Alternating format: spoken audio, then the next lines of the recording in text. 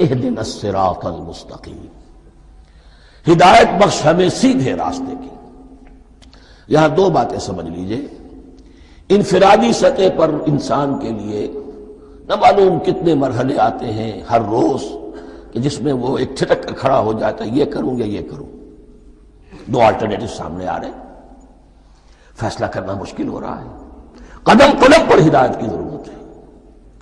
اور اجتماعی طور پر نوع انسانی تین بڑے بڑے تمدنی مسائل میں واقعہ یہ ہے کہ تسلیم کر لیا جانا چاہیے کہ عقل انسانی اس کو راستہ نہیں دکھا سکتی۔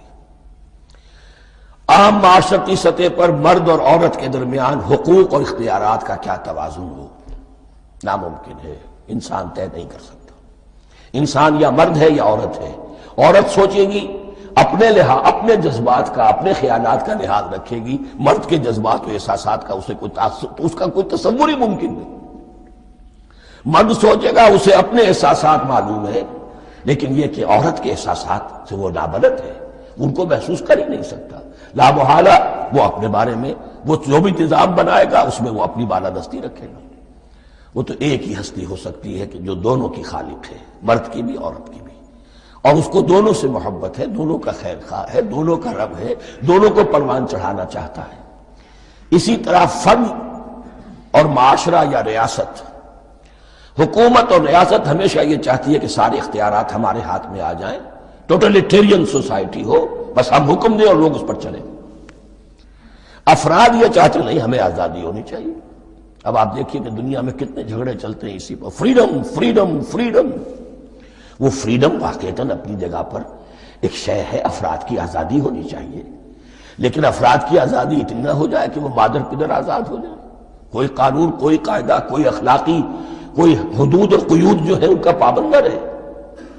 تو اب کہاں ہے وہ نقطہ اعتدال کہ جس میں انسان کی انفرادی آزادی، انفرادی اختیار اور ادھر اجتماعی مصلحتیں جو ہیں ان کو بیلنس کیا جا سکے؟ انسان طے نہیں کر سکتا، صرف اللہ ہی اس کے لیے نظام دے سکتا ہے۔ تیسرا مسئلہ ہے سرمایہ اور محنت، اس میں کیا توازن ہو؟ سرمایہ اور محنت دونوں مل کر کچھ بنا رہے ہیں، کچھ پروڈیوس کر رہے ہیں۔ اب اس میں نفع جو ہوا ہے اس میں سرمایہ کا کتنا حصہ ہونا چاہیے اور لیبر کا کتنا ہونا چاہیے، کون طے کر سکتا؟ اس کے لیے بھی کہ ایسا نہ ہو کہ سرمایہ داری جو ہے آکاش بیل بن کر پورے معاشرے پر چھا جائے، اور غریب بیچارہ، مزدور بیچارہ، کاشتکار بیچارہ وہ گویا کہ چکی کے دو پارٹوں میں پس کر رہ جائے، اس کی کوئی حیثیت نہ رہ جائے۔ لیکن یہ کہ دوسری طرف اگر یہ کہ مزدور کا جو حق ہے اس سے زیادہ اس کو دے دیا جائے تو سرمایہ جو ہے وہ سکڑ جائے گا، شائی ہو جائے گا، وہ پھر میدان میں نہیں آئے گا۔ کیا کیا جائے؟ کون سا نقطہ عدل و اعتدال ہے؟ یہ تین مسائل ایسے ہیں، اہدنا الصراط المستقیم۔ تو یوں سمجھیے کہ ایک جو بنیادی ہدایت تھی، ایک اللہ کو پہچان لینا، یہ جان لینا کہ کل حسن و جمال اور تمام انعام و اکرام کا منبع اس کی ذات ہے، وہ رحمان ہے اور رحیم ہے، اور یہ جان لینا کہ مرنے کے بعد جی اٹھنا ہے، حساب کتاب ہے، فیصلہ ہوگا جزا و سزا کا، اور مختار مطلق اس دن کا اللہ ہے۔ پھر یہ عہد کر لینا ایاک نعبد و ایاک نستعین۔ اس کے بعد دعا، پروردگار ہمیں ہدایت پر قائم رکھ، ہماری ہدایت میں اضافہ فرما۔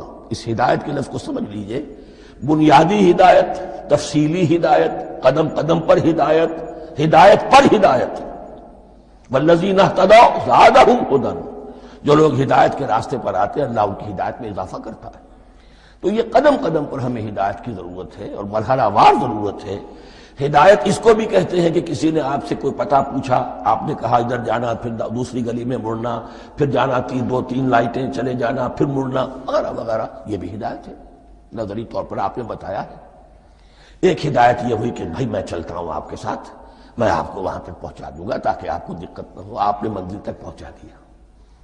ان دونوں کے درمیان، یہ تو میں نے ایک فرد کی مثال دی ہے، اللہ اور بندے کے درمیان نہ معلوم کتنے مراحل ہیں ہدایت کے۔ تو کسی وقت بھی انسان اپنے آپ کو ہدایت خداوندی سے مستغنا نہیں سمجھ سکتا، اور نہیں تو پروردگار جو ہدایت دی ہے اس پر ہدایت پر قائم رکھ۔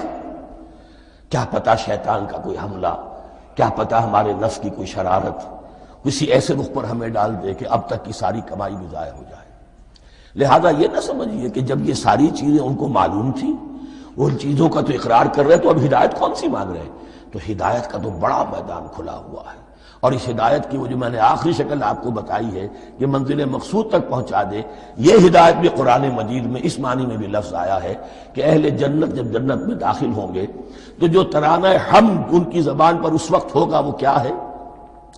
الحمدللہ الذی ہدانا لہذا وما کنا لنہتدی لولا ان ہدانا اللہ۔